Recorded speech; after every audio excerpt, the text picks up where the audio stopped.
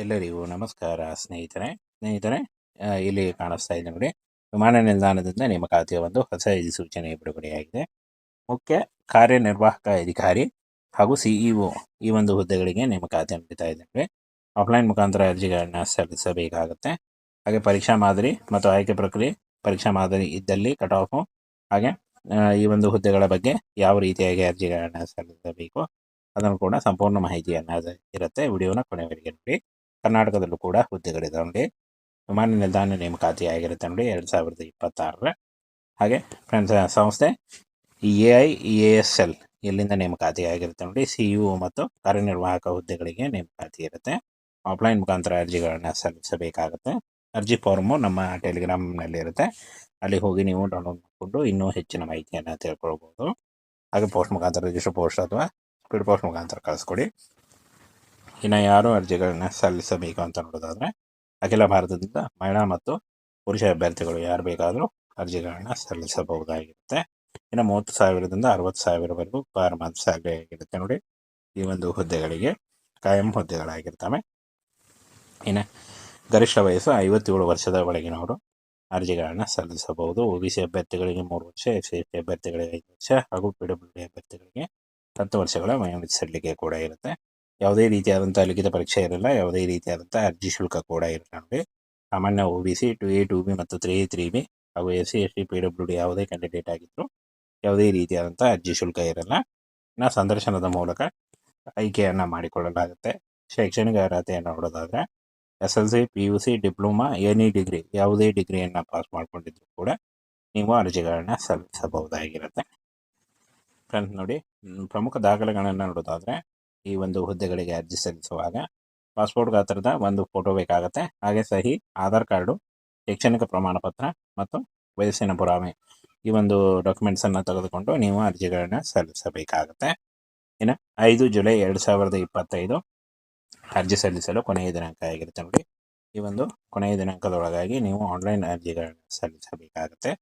Online ಮೂಲಕ official ವೆಬ್ಸೈಟ್ಗೆ ಹೋಗಿ ಅಪ್ಲಿಕೇಶನ್ ಫಾರ್ಮ್ ಫಿಲ್ ಮಾಡುವುದರ ಮೂಲಕ ಅರ್ಜಿಗಳನ್ನ ಸಲ್ಲಿಸಬೇಕಾಗುತ್ತೆ ನೋಡಿ. ಅಖಿಲ ಭಾರತ ನೇಮಕಾತಿ ಇರುತ್ತೆ. ಕರ್ನಾಟಕದಲ್ಲೂ ಕೂಡ ಹುದ್ದೆಗಳಿರುತ್ತೆ. ಸ್ನೇಹಿತರೆ, ಇಲ್ಲಿ ಕಾಣಿಸ್ತಾ ಇದೆ ನೋಡಿ. ವಿಮಾನ ನಿಲ್ದಾಣದಿಂದ ನೇಮಕಾತಿಯ ಒಂದು ಹೊಸ ಅಧಿಸೂಚನೆ ಬಿಡುಗಡೆಯಾಗಿದೆ. ಮುಖ್ಯ ಕಾರ್ಯನಿರ್ವಾಹಕ ಅಧಿಕಾರಿ ಹಾಗೂ CEO ಈ ಒಂದು ಹುದ್ದೆಗಳಿಗೆ ನೇಮಕಾತಿ ನಡೀತಾ ಇದೆ ನೋಡಿ. ಆಫ್ಲೈನ್ ಮುಖಾಂತರ ಅರ್ಜಿಗಳನ್ನ ಸಲ್ಲಿಸಬೇಕಾಗುತ್ತೆ. ಹಾಗೆ ಪರೀಕ್ಷಾ ಮಾದರಿ ಮತ್ತು ಆಯ್ಕೆ ಪ್ರಕ್ರಿಯೆ, ಪರೀಕ್ಷಾ ಮಾದರಿ ಇದ್ದಲ್ಲಿ ಕಟ್ ಆಫು, ಹಾಗೆ ಈ ಒಂದು ಹುದ್ದೆಗಳ ಬಗ್ಗೆ ಯಾವ ರೀತಿಯಾಗಿ ಅರ್ಜಿಗಳನ್ನ ಸಲ್ಲಿಸಬೇಕು ಅದನ್ನು ಕೂಡ ಸಂಪೂರ್ಣ ಮಾಹಿತಿಯನ್ನು ಇರುತ್ತೆ. ವಿಡಿಯೋನ ಕೊನೆವರೆಗೆ ನೋಡಿ. ಕರ್ನಾಟಕದಲ್ಲೂ ಕೂಡ ಹುದ್ದೆಗಳಿದಾವೆ ನೋಡಿ. ವಿಮಾನ ನಿಲ್ದಾಣ ನೇಮಕಾತಿ ಆಗಿರುತ್ತೆ ನೋಡಿ 2026. ಹಾಗೆ ಫ್ರೆಂಡ್ಸ್, ಸಂಸ್ಥೆ AIEASL ಎಲ್ಲಿಂದ ನೇಮಕಾತಿ ಆಗಿರುತ್ತೆ ನೋಡಿ. CEO ಮತ್ತು ಕಾರ್ಯನಿರ್ವಾಹಕ ಹುದ್ದೆಗಳಿಗೆ ನೇಮಕಾತಿ ಇರುತ್ತೆ. ಆಫ್ಲೈನ್ ಮುಖಾಂತರ ಅರ್ಜಿಗಳನ್ನ ಸಲ್ಲಿಸಬೇಕಾಗುತ್ತೆ. ಅರ್ಜಿ ಫಾರ್ಮು ನಮ್ಮ ಟೆಲಿಗ್ರಾಮ್ನಲ್ಲಿ ಇರುತ್ತೆ. ಅಲ್ಲಿ ಹೋಗಿ ನೀವು ಡೌನ್ಲೋಡ್ ಮಾಡಿಕೊಂಡು ಇನ್ನೂ ಹೆಚ್ಚಿನ ಮಾಹಿತಿಯನ್ನು ತಿಳ್ಕೊಳ್ಬೋದು. ಹಾಗೆ ಪೋಸ್ಟ್ ಮುಖಾಂತರ, ರಿಜಿಸ್ಟರ್ ಪೋಸ್ಟ್ ಅಥವಾ ಸ್ಪೀಡ್ ಪೋಸ್ಟ್ ಮುಖಾಂತರ ಕಳಿಸ್ಕೊಡಿ. ಇನ್ನು ಯಾರು ಅರ್ಜಿಗಳನ್ನ ಸಲ್ಲಿಸಬೇಕು ಅಂತ ನೋಡೋದಾದರೆ, ಅಖಿಲ ಭಾರತದಿಂದ ಮಹಿಳಾ ಮತ್ತು ಪುರುಷ ಅಭ್ಯರ್ಥಿಗಳು ಯಾರು ಬೇಕಾದರೂ ಅರ್ಜಿಗಳನ್ನ ಸಲ್ಲಿಸಬಹುದಾಗಿರುತ್ತೆ. ಇನ್ನು 30,000ದಿಂದ 60,000ವರೆಗೂ ಪರ್ ಮಂತ್ ಸ್ಯಾಲರಿ ಆಗಿರುತ್ತೆ ನೋಡಿ. ಈ ಒಂದು ಹುದ್ದೆಗಳಿಗೆ ಕಾಯಂ ಹುದ್ದೆಗಳಾಗಿರ್ತವೆ. ಇನ್ನು ಗರಿಷ್ಠ ವಯಸ್ಸು 57 ವರ್ಷದ ಒಳಗಿನವರು ಅರ್ಜಿಗಳನ್ನ ಸಲ್ಲಿಸಬಹುದು. OBC ಅಭ್ಯರ್ಥಿಗಳಿಗೆ 3 ವರ್ಷ, SC ಅಭ್ಯರ್ಥಿಗಳಿಗೆ 5 ವರ್ಷ ಹಾಗೂ PWD ಅಭ್ಯರ್ಥಿಗಳಿಗೆ 10 ವರ್ಷಗಳ ವಯೋಮಿತಿ ಸಡಿಲಿಕೆ ಕೂಡ ಇರುತ್ತೆ. ಯಾವುದೇ ರೀತಿಯಾದಂಥ ಲಿಖಿತ ಪರೀಕ್ಷೆ ಇರಲ್ಲ, ಯಾವುದೇ ರೀತಿಯಾದಂಥ ಅರ್ಜಿ ಶುಲ್ಕ ಕೂಡ ಇರಲ್ಲ ನೋಡಿ. ಸಾಮಾನ್ಯ OBC 2A 2B ಮತ್ತು 3A 3B ಹಾಗೂ SC ST PWD ಯಾವುದೇ ಕ್ಯಾಂಡಿಡೇಟ್ ಆಗಿದ್ದರೂ ಯಾವುದೇ ರೀತಿಯಾದಂಥ ಅರ್ಜಿ ಶುಲ್ಕ ಇರಲ್ಲ.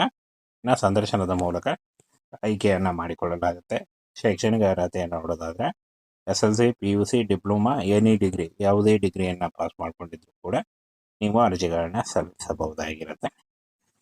ಫ್ರೆಂಡ್ಸ್ ನೋಡಿ, ಪ್ರಮುಖ ದಾಖಲೆಗಳನ್ನು ನೋಡೋದಾದರೆ ಈ ಒಂದು ಹುದ್ದೆಗಳಿಗೆ ಅರ್ಜಿ ಸಲ್ಲಿಸುವಾಗ ಪಾಸ್ಪೋರ್ಟ್ ಗಾತ್ರದ ಒಂದು ಫೋಟೋ ಬೇಕಾಗುತ್ತೆ. ಹಾಗೆ ಸಹಿ, ಆಧಾರ್ ಕಾರ್ಡು, ಶೈಕ್ಷಣಿಕ ಪ್ರಮಾಣ ಪತ್ರ ಮತ್ತು ವಯಸ್ಸಿನ ಪುರಾವೆ ಈ ಒಂದು ಡಾಕ್ಯುಮೆಂಟ್ಸನ್ನು ತೆಗೆದುಕೊಂಡು ನೀವು ಅರ್ಜಿಗಳನ್ನ ಸಲ್ಲಿಸಬೇಕಾಗುತ್ತೆ. ಇನ್ನು 5 ಜುಲೈ 2025 ಅರ್ಜಿ ಸಲ್ಲಿಸಲು ಕೊನೆಯ ದಿನಾಂಕ ಆಗಿರುತ್ತೆ ನೋಡಿ. ಈ ಒಂದು ಕೊನೆಯ ದಿನಾಂಕದೊಳಗಾಗಿ ನೀವು ಆನ್ಲೈನ್ ಅರ್ಜಿಗಳನ್ನ ಸಲ್ಲಿಸಬೇಕಾಗುತ್ತೆ. ಆನ್ಲೈನ್ ಮೂಲಕ ಅಫಿಷಿಯಲ್ ವೆಬ್ಸೈಟ್ಗೆ ಹೋಗಿ ಅಪ್ಲಿಕೇಶನ್ ಫಾರ್ಮ್ ಫಿಲ್ ಮಾಡುವುದರ ಮೂಲಕ ಅರ್ಜಿಗಳನ್ನ ಸಲ್ಲಿಸಬೇಕಾಗುತ್ತೆ ನೋಡಿ. ಅಖಿಲ ಭಾರತ ನೇಮಕಾತಿ ಇರುತ್ತೆ. ಕರ್ನಾಟಕದಲ್ಲೂ ಕೂಡ ಹುದ್ದೆಗಳಿವೆ.